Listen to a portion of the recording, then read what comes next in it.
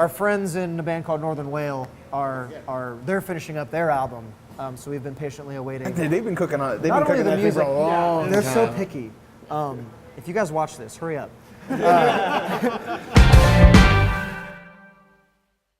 Talk about the band dynamic. When you guys are together, what is it like?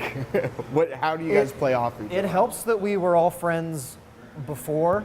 It always does. Yeah. Like Ryan and I have been friends since we were 10.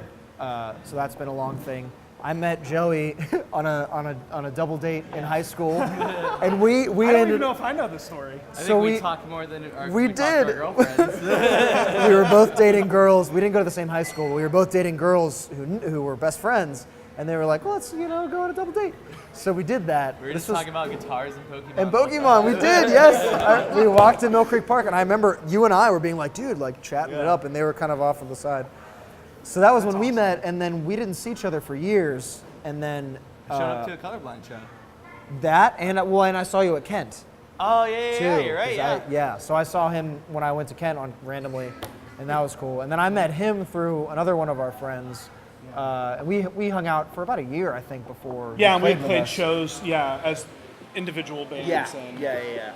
And it kind of worked out that it was right around the fall of Cosmic Lemons, and I got a text from Fletcher, hey, we have a show Saturday, can you do it?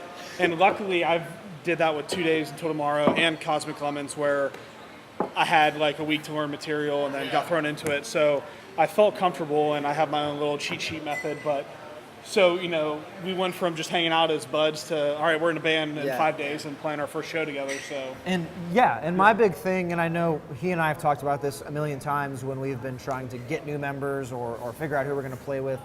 Like, none of us are necessarily trying to make this a career. If it happens, it happens. Like, we always say we're going to try our best, but we all, like, they have big boy jobs. I'm on the way. He's about to graduate. So we're all like, have normal lives as well. So we're very serious about playing with friends as opposed to just some stranger. So we've always been big on, like, I don't want to just kind of bring somebody on because they're talented. Like, I want somebody I can hang out with. And now we kind of have the best of both worlds. So we've always been big on somebody we can hang out with and play with and mesh with, and not just like someone to fill a spot, a vacancy. You brought up like the more managerial side. What have your experiences been with that? And would you have any advice for other bands who are trying to be more hands-on with the way they get their name out there? I have loads of advice and opinions on this. We'd love to hear them. Yeah, it's because I feel very fortunate when I had met these guys when we were all in college, but I had my own bands in high school, and I was very fortunate that we had kind of some elder statesmen in the area kind of take us under the wing and say, this is how you do it. Because we play so many shows where people aren't setting their stuff up on the side, so it's a smooth transition, or not hanging out, making a chance to talk with the other bands afterwards. So it's honestly just the little things, and there's so many talented musicians and bands, but do I want to hang out with you for 5 hours before we all play together? It's some of those things that set it apart. Are you going to do your fair share of bringing folks that not only come to your set, but stay for other bands? Are you going to be active on social media like we are to promote your shows, et cetera, et cetera? So I feel like making sure that you're always offering something to help before you expect to get something in return. And I feel when you do that, most people will remember you or your band for that and will always pay it forward down the road. Definitely agree. Because it comes down to, I think, eventually, in a way, treating it like a business. And treating other bands like other businesses, in the sense of, like you said, we're less likely to want to do business with people who are hard to work with. Like, you could have an amazing sound and be super, super talented, but if you're, playing over your time or showing up late or asking to borrow gear, which has been a big thing recently, like bands like asking to borrow stuff, which is neither here nor there. 20 minutes before, not months or weeks before. That's a whole other topic. Yeah. But, that's a whole other episode.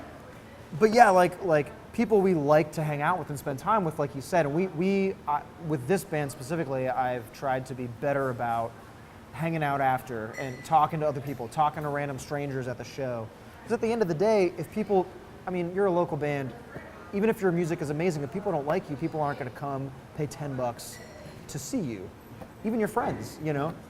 So I try to make a point to talk to everybody who I've invited who showed up, and some new people. And these guys are all really good about that, as from a managerial standpoint, as well as being able to divvy out work, like hitting up venues, and because we did almost everything in the past, Ryan and I, and it's really nice to be able to have people to count on to email and respond to stuff if I'm at work. So yeah, that's been really good. What has the response been, especially locally, since this is where it kind of all started, in this switch from one sound to the other, kind of growing up? So we've only been playing. I mean, what we've had 5 or 6 shows. Yeah, it's as still Model relatively Rockets. new. And Yeah. we've made a point to play Cleveland and Pittsburgh. We haven't played here since February. Yeah, February. Very early February, because we wanted to branch out and make Youngstown shows special instead of just kind of playing here whenever. So, and we also have a lot of friends that are now spread out and not in college anymore. Excuse me, which is helpful when you're in Cleveland or Pittsburgh, but we haven't played here in a while, so it's I guess we don't know yet. Because I haven't think heard anything negative, so I that's think good. when we come back and play our new stuff finally, people that have heard it so far have said that it's good. So I hope it'll be a positive reaction. I think people will like the change that we've gone through, the growing up thing. People in Cleveland and Pittsburgh have liked us so far, I think. Yeah, and I think in terms of like the immediate response when we did do the album, or excuse me, the unveiling of Model Rockets, we pretty much almost sold out of all the new Model Rockets merch like that night. Yeah. So I think people were on Yeah. board with the name, the kind of the growing up, Yeah. what we're trying to do from that sense of it. And I think we're still steadily getting support on social media, and the one music video we have for Weather Beaten Boat, I think still is getting hits and hits and hits, and it's everything's steadily growing, which is Cute, positive, yeah. what you Yeah. want to see. So Absolutely. Definitely.